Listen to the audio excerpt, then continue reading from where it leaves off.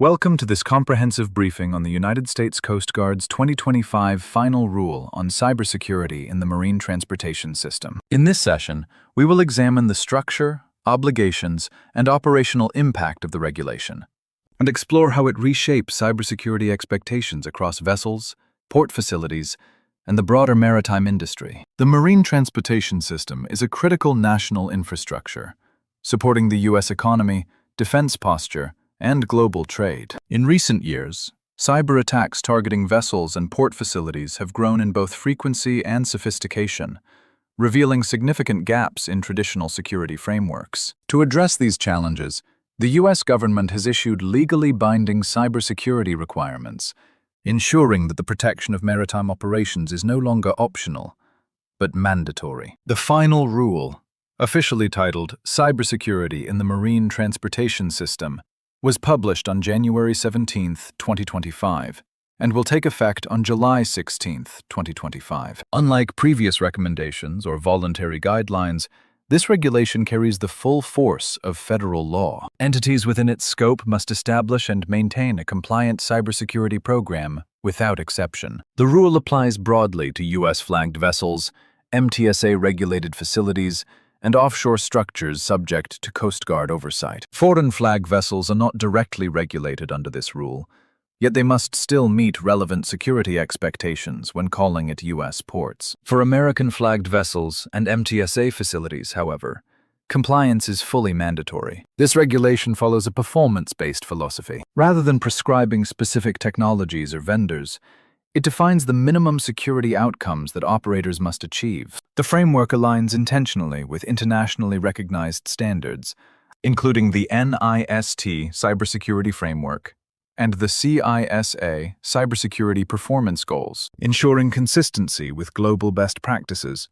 while remaining practical for real-world maritime operations. The USCG Cyber Program is built on 4 foundational pillars. These include establishing governance through a designated Cybersecurity Officer, conducting a comprehensive cybersecurity assessment, developing a formal cybersecurity plan, and maintaining continuous monitoring, paired with mandatory incident reporting. These pillars function collectively as a full lifecycle cybersecurity management system. At the center of the governance structure is the Cybersecurity Officer, or CYSO. This individual is responsible for overseeing all aspects of the cybersecurity program, approving assessments and plans, supervising training, and coordinating responses during cybersecurity incidents. The CYSO's responsibilities are distinct from those of the traditional Facility Security Officer, reflecting the specialized nature of cyber risk management. The cybersecurity assessment serves as the analytical backbone of the program. Through the assessment, organizations identify their critical assets, understand existing and emerging threats, evaluate vulnerabilities, and determine the operational impact of potential cyber events. The assessment also examines remote access pathways and third-party connections, which have become major attack vectors across the maritime sector. To ensure a comprehensive understanding of risk, the assessment includes a full asset inventory, a detailed network diagram, vulnerability analysis, threat and impact evaluation, and a formal risk matrix. These components together support structured, data-driven decision-making and enable operators to prioritize mitigation efforts effectively.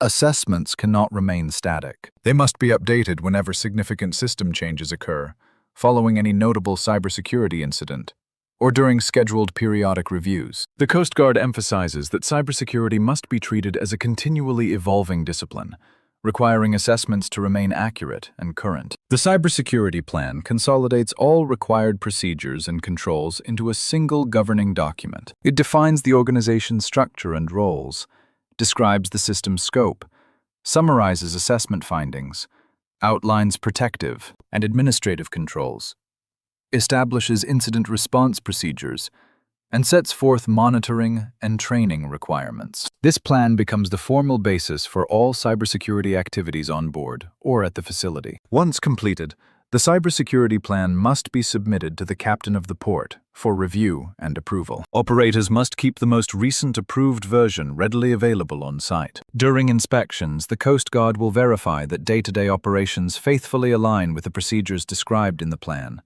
making accuracy and consistency essential. All personnel with access to IT or OT systems are required to receive cybersecurity training. Training must be role-specific, ensuring that individuals understand the responsibilities and risks associated with their particular functions. New personnel, or personnel whose roles change, must complete training within the prescribed timeframe. The intent is to ensure practical competency rather than theoretical familiarity. The regulation also requires controlled penetration testing to validate cybersecurity readiness. Because operational technology environments directly affect safety and vessel performance, penetration tests must be carefully scoped and conducted with strict safeguards. All findings must inform updates to the Cybersecurity Plan, ensuring continuous improvement. Cybersecurity drills further strengthen preparedness by simulating realistic attack scenarios. These drills test not only technical response capabilities, but also communication channels with internal teams and external authorities. Every drill must be followed by structured documentation and remediation,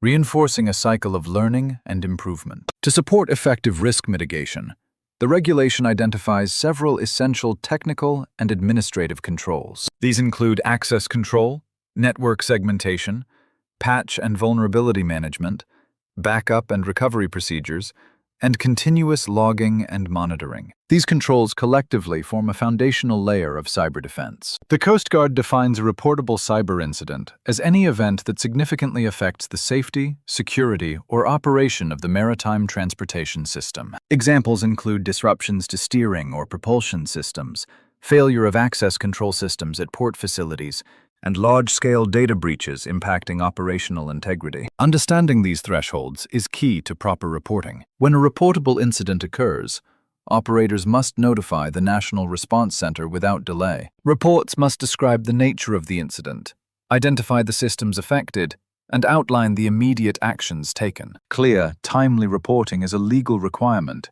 and must be fully documented within the Cybersecurity Plan. Ongoing monitoring is essential for detecting abnormal activity and maintaining situational awareness. Organizations must track system logs, integrate alerts from the Coast Guard and other cybersecurity authorities, and promptly update their cybersecurity plans whenever incidents occur or when systems are modified.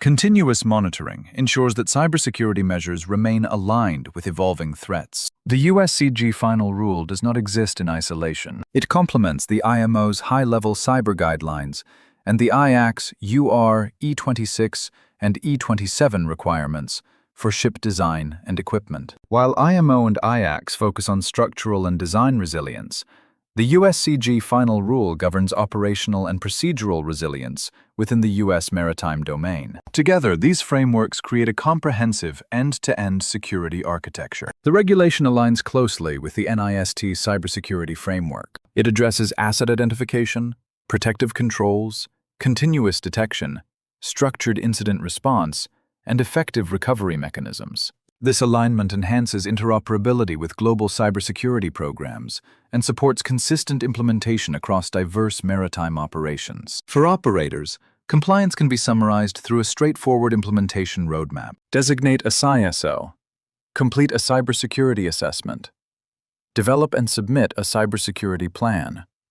Conduct training, testing, and drills. Establish a reliable incident reporting process, and maintain continuous updates to all related documentation. These actions together ensure full regulatory alignment. Beyond vessel and facility operators, this regulation has significant implications for shipyards, manufacturers, system integrators, and vendors. U.S. flag vessel projects will now require strict adherence to both USCG operational requirements and IACS UR E26 and E27 design expectations. Organizations that proactively prepare cybersecurity documentation, training, and technical safeguards will hold a clear competitive advantage, particularly in managing remote access and operational technology security. In conclusion, the USCG Final Rule establishes the first federally mandated cybersecurity framework for the U.S. maritime transportation system. It introduces full lifecycle cybersecurity governance,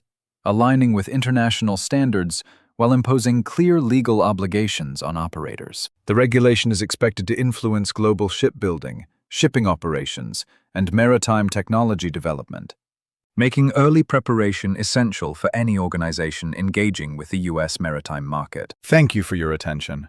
And CNET is always here for you to reduce the potential cyber threats you may face. Our comprehensive cybersecurity solutions are designed specifically to meet the unique demands of maritime environments. Our dedicated team is available 24/7 to address any threats you may encounter at sea. Explore our comprehensive connected solutions by scanning the QR code below for additional detailed information. CNET stands for Sea, Earth, Air Network, creating a world that connects the sea, earth, and air. Thank you for joining us today, and we look forward to supporting your cyber resilience journey. Please subscribe to our channel and hit the like button to access more high-quality educational videos and stay updated on our latest training sessions.